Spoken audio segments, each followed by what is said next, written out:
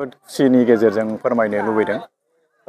जोङो Ramphalbil आन्चलिक sports association आरो Ramphalbil आन्चलिक committee अल बड' स्टुडेन्टस इउनियन बे मोननै आफादजों लोगो नांनानै कन'क नार्जारि मानाव गेदेर बिथांनि मुङै खुंनाय बे फुटबल ट्रफि बेखौ जोङो 18थि खेब बेखौ दाखालि थांनाय 12 अक्ट'बरनिफ्राय जागायनानै दिनै 24 अक्ट'आव फाइनाल जाफैबाय आरो बे फाइनाल गेमखौ गेलेफैदों चिरां दुवार FC आरो सोरां स्पर्ट्स क्लाब आथियाबारि थिनालि बे मोननै हान्जानि गेजेराव जागासिनो दङ। दा गेलेनाया खुब मोनसे डिसिप्लिननि गेजेरजों जागासिनो दङ। जोङो ओंखायनो गोजोननाय मोन्दों दिनै बेखौ जोबथा पर्यायाव लाबोनो हाबाय। बे जोंनि मोनसे जाफुंसारनाय आरो बेबायदिनो गेदेमा बिथांनि मुङै जों जाय हाबाफारिखौ मावबोबाय थादों बियो हयथ' फैबाय थानाय समावबो थांबाय थागोन। जोंनि इयुन जोलैयाबो बेखौ खालामलांबाय थागोन बेखौ आसा खालामनो हादों। जोङो बेखौनो लुबैयो जे कन'क नार्जारि बायदि सासे दैदेनगिरि बर'नि गेजेराव आरो फैफिनबावथों। बिथाङा थांनानै थानाय समाव जे हारिनि थाखाय बर' जाथिखौ बोरै दैदेनलांनो बर' जाथिखौ बोरै फोजौलांनो बिनि सिन्था धारा खालामनानै गोबां आफाद बेबायदि दानानै बिथाङा खामानि मावबोदों आरो मोनसेबो खामानिया जाथिनि बेरेखा नङा। जाथि दानायनिनो खामानि बिथाङा ओंखायनो जेसेबां सम मोन्दों बे समफोरखौ जाथि दानायनि खामानियावनो बाहायबोदों। दुलाराय बर' फरायसा आफाद बायदि बर' हारिनि गेजेराव बिथाङा जोनोम होदों। जोनोम जाजेननायाव बिथाङा गाहाय नेहाथारिनि बिबानखौ रुजुनानै खामानि मावदों। बेनि अनगायैबो बर' थुनलाइ आफाद दानायावबो बिथाङा गोबां बिहोमा दङ आरो गुबुन गुबुन ट्राइबेलफोरखौ लाफानानै ट्राइबेल हारिफ्रा जौगानांगौनि थाखाय जे खामानि मावनांगौ दं बेखौ दैदेनगिरि महरै दैदेनबोदों। दा बुंनो थाङोबा कन'क नार्जारिनि जे बिहोमा बे बिहोमाखौ जोङो बुंनानै फोजोबनो हाया। बिथाङा थारैनो आदर्श गोनां सासे दैदेनगिरिमोन। बर' जाथिखौ मोजां मोनग्रा अनग्रा सासे दैदेनगिरिमोन। दा बेखायनो बिथांबादि दैदेनगिरिखौ जोंनि बर' हारियाव गोबां नांगौ। दा बेनि आदर्श बिनि सानस्रिफ्रा जेन' जों बर'फोरनि गेजेराव थांनानै थायो। बिनि थाखाय जों बेखौ गोथाङै फोथांनानै लाखिनायनि थाखाय बे मोनसे फिसा हाबाफारिखौ जोङो लाबोबाय थादों आरो बिनि गेजेरजों जों फोरमायलांबाय थागोन जे कनकेश्वरा सासे बर' हारिनि सासे गेदेमा दैदेनगिरि। बेयो इयुन जोलैफोरनि थाखाय मोनसे थुलुंगाखां जाथों। हारि सिबिनायनि हारिखौ मोजां मोननायनि जे सानथौ सानस्रि बे जों साफ्रोमबो बर' फिसाफोरनाव अरायबो जायगा लानो हाथों बेखौ आसा खालामो। खमैबो 18थि खेब देग्लाय सफैयो। 18थि खेब खुंनायनि गेजेराव सरकारनि जोबोद मोजां सोंलाय। जोङो थांनाय समफोराव सरकारनि बिथिंनिफ्राय खुनु हेफाजाब मोनालासिनो जों बेखौ सालायबोबाय थादोंमोन।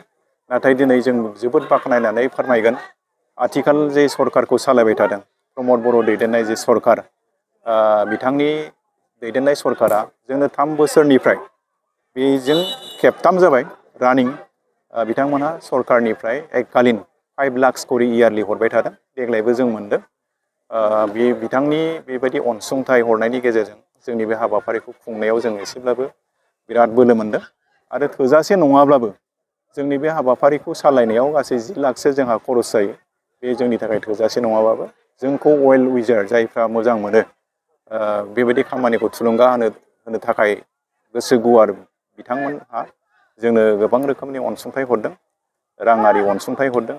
बेबायदि अपारेसन होनायनि गेजेरजों जोङो बेखौ गोरलैयैनो जाफुंसार होनो हादों। दा आं खेबसेबाव दानि प्रमद बर' सार दैदेननाय जे सरकार बेखौ गोरबो बिखाजों रोजा रोजा साबायखर बावदों आरो बिथांमोननि लिडारशिपआव फैबाय थानाय समाव बे रोखोम मोनसे जाथियाव मोजां गोहोम गोनां हाबाफारिखौ खुंनो थाखाय बिथांमोना थुलुंगा होयो बेखौ आसा खालामनाय थाबाय। मोनसे क्लाबा गैयानो देग्लाय बे बोसोरावहाय गासै 12था 12था क्लाबफ्रा बेवहाय बाहागो लाफैदोंमोन। बेनि गेजेराव गेलेयै गेलेयै दिनै मोननै क्लाबा फाइनालसिम सफैनो हाबाय आरो बे फाइनालसिम सफैनो हानाय हान्जाफ्रानो जाबाय चिरां दुवार FC चिरां आरो सोरां स्पर्ट्स क्लाब आथियाबारि थिनालि बे मोननैनि गेजेराव फाइनाल गेलेनाया सोलिगासिनो दं। जासिगोन ना? गिबियावनो मानगोनां मेडिया नोंथांमोन दिनै जोंनि बे हाबाफारिनि खौरांखौ कभारेज खालामफैनायनि थाखाय आङो खुंफुं आफादनि जानानै रोजा रोजा साबायखर जासिग्रोदों। जों रामफलबिल दख'रा गेलेमु आफादा रामफलबिल दख'रा दुलाराय बर' फरायसा आफाद आरो आथिखालनि प्रमद बर' दैदेननाय जे बिटिआर सरकार बिथांमोननि रांखान्थियारि मददजों गुबुन गुबुन बोसोरफोरनि बायदि देग्लायबो दुलाराय बर' फरायसा आफादनि गायसनगिरि गाहाय नेहाथारि आरो मोनसे समनि बड'लेण्ड अट'नमास काउन्सिलनि चिफ रुंसारि कन'क नार्जारिनि मुङै 18थि जोलुर बादायलायनाय बिथांनि गोसोखांथियाव जोङो बेखौ थांनाय 12 अक्ट'बरनिफ्राय खुंबोनानै दिनै 24 अक्ट'बर 2024 अक्ट'खालि जोबथा बादायलायनाय आरो फोजोबनाय हाबाफारि बेखौ खुंफुंगासिनो दङ।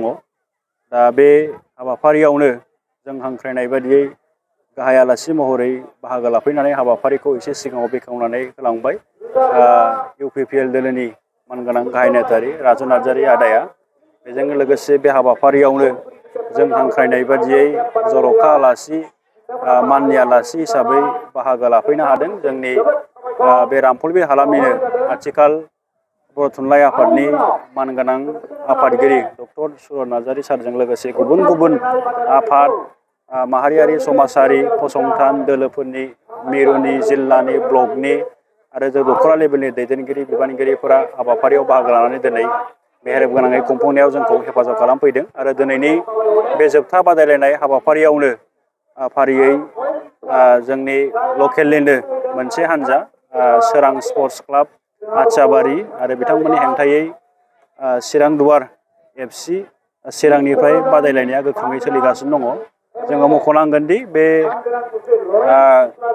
माने देग्लायनि जे जोलुर बादायलायनाय एबा टुर्नामेन्टआव गासै मोन 12 हान्जाफोरा बाहागो लादोंमोन। बेनिफ्राय बेनिनो गेजेराव जोङो जोंनि आसामनि बायह्रानिफ्राय फारियै 2 हान्जा वेस्ट बेंगलनिफ्राय 2 हान्जा गसाइगाव ओनसोलनिफ्राय 2 हान्जा कसुगावनिफ्राय 1 हान्जा जोंनि नैबे रामफलबिल सेरफांगुरि ओनसोलनिफ्राय 3 हान्जा बेनिफ्राय पाटगावनिफ्राय ओनसोलनिफ्राय 1 हान्जा बेजों लोगोसे चिरांनिफ्राय जोंनि क'क्राझार जिल्लानि बारनानै चिरां जिल्लानिफ्राय 1 हान्जाया बाहागो लादोंमोन। दा जोङो दिनैनि बे हाबाफारिनि गेजेरजों बेखौनो जोङो मेसेज होनो थाखाय हागौमानि जों खुंफुं आफादनिफ्राय नाजाबोदों। जिहेते रुंसारि कन'क नार्जारिया जोङो बयबो मिथिगौ दुलाराय बर' फरायसा आफादनि मोनसे समनि माने गायसनगिरि गाहाय नेहाथारि बेजों लोगोसे BSAनि चिफ। दा बिथाङा गाव थांनानै थासान्दियाव बा गाव रुंसारि जायै समसिमाव सारा जिबनखौनो जाथिनि थाखाय माने बाउसोमलांदों। बर'फोरनि गेजेराव बर' माहारिनि गेजेराव जांख्रिथायारि बा माहारियारि जे बाद बेखौ सोनानै लाबोग्रा बा सोनानै होजेनग्रा सिगां सारिनि दैदेनगिरि बुङोब्ला जोङो जोंनि जारिमिन एबा सिगांनि आगुनि दैदेनगिरिफ्रा जोंनो रुंसारि कन'कनि नामखौनो आसि दिन्थिनानै खोन्थायो। बिथाङानो बर' जाथियाव माने जाथि हिसाबै थांनानै थानाय बा जाथि हिसाबै गावनि गासैखौबो लानानै थांनानै थानायनि थाखाय जे सेन्टिमेन्ट एबा बे माहारि बा साननाय हनायखौ जाथिनि गेजेरावहाय दिन्थिग्रोदों।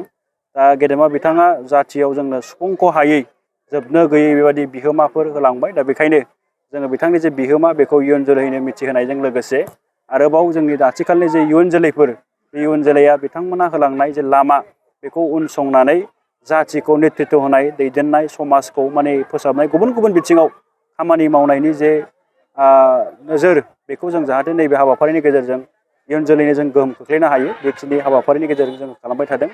जोबथारनायाव बे हाबाफारिखौ खुंफुंनायाव जोंखौ गुबुन गुबुन बिथिङै हेफाजाब मदद खालामहरदों बिथांमोनखौ जोङो साबायखर बावनांगोन। दा नोंथांमोननि मिडियानि गेजेरजों आङो गिबियावनो साबायखर बावनो लुबैदों जे बे हाबाफारिखौ खुंफुंनायाव आथिखालनि जे बिटिआर सरकार बिथांमोना थांनाय 3 बोसोर सिगांनिफ्रायनो जोंनो बोसोरे 5 लाख करि जोंनो बे हाबाफारिखौ खुंफुंनो हरदों आरो देग्लायबो जोंहा खुब खाफाल गोनाङै नैबे हाबाफारि जानायनि आगोलनो जोङो बे 5 लाखखौ मोननो हादों आरो बिटिआरनि मानगोनां CM प्रमद बर' बिथाङाबो गावनिफ्राय आरोबाव 1 लाख जोंनो बेवहाय माने बेबायदि डनेट खालामहरदों। बेजों लोगोसे जोंखौ जेब्लायबो हेफाजाब खालामग्रा जोंनि बे ओनसोलनि समाज सिबियारि जाफुंसार फालांगिरि मनरन्जन ब्रह्म बिथाङाबो नोगोद 55,000 रां हरनानै जोंखौ हेफाजाब खालामदों। बेबायदिनो गोबां जोंनि ओनसोलनि आरो गुबुन गुबुन हालामनि जोंनि गाहाम हास्थायसुला समाजनि साननो हनो गोरों व्यक्तिफोरा जोंखौ रांखान्थियारि बिथिङै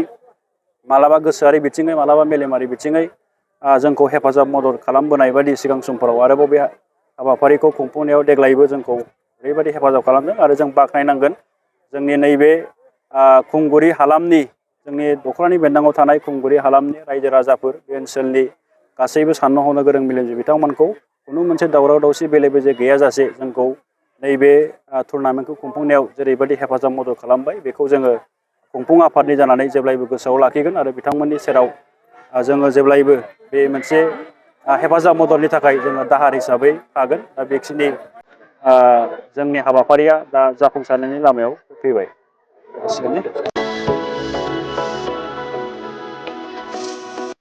मोनसे फोसावथाय क'क्राझारनि सिबि जुवेलार्सआ नोंथांमोननि थाखाय लाबोदों बाम्पार अफार।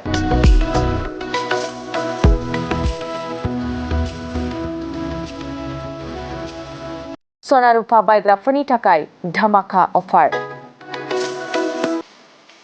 सनाजों गावखौ समायफ्लेहोनो गोसो गोनां बिथांमोननि थाखाय मोनसे गोजोनथाव खौरां। नोंथाङा लुबैनाय बायदि सनाखौ सिबि जुवेलार्सआव फैनानै खम बेसेनावनो लांफैनो हागोन। बे अफारखौ अक्ट'बर दाननि 30 अक्ट'सिम होनाय जादों। नोंथाङा बे सिबि जुवेलार्सआव गोबां रोखोमनि सना आरो डायमन्डफोर मोननो हागोन, जेरै diamond jewellery, Rajkot jewellery, Bombay कास्टिं जुवेलारि, कलकाता जुवेलारि, मेसिन मेड जुवेलारि आरो ट्रेडिशनेल जुवेलारि नोंथाङा बे सिबि जुवेलार्सआव मोननो हागोन। डायमन्ड जुवेलारिनि थाखाय 15% अफार होनाय जादों। लोगोसे सना बायग्राफोरनि थाखाय 1 ग्रामाव 500 रां खम बेसेनाव मोननो हागोन। लोगोसे गोजाम सनाखौ सोलायनायनि थाखायबो स्पेसियेल रेट बानायनाय जादों। नोंथांमोना क'क्राझार सिबि जुवेलार्सनिफ्राय आबुङै मिथिनोब्ला 9954273079 जानबुं नाम्बाराव कल खालामनो हागोन।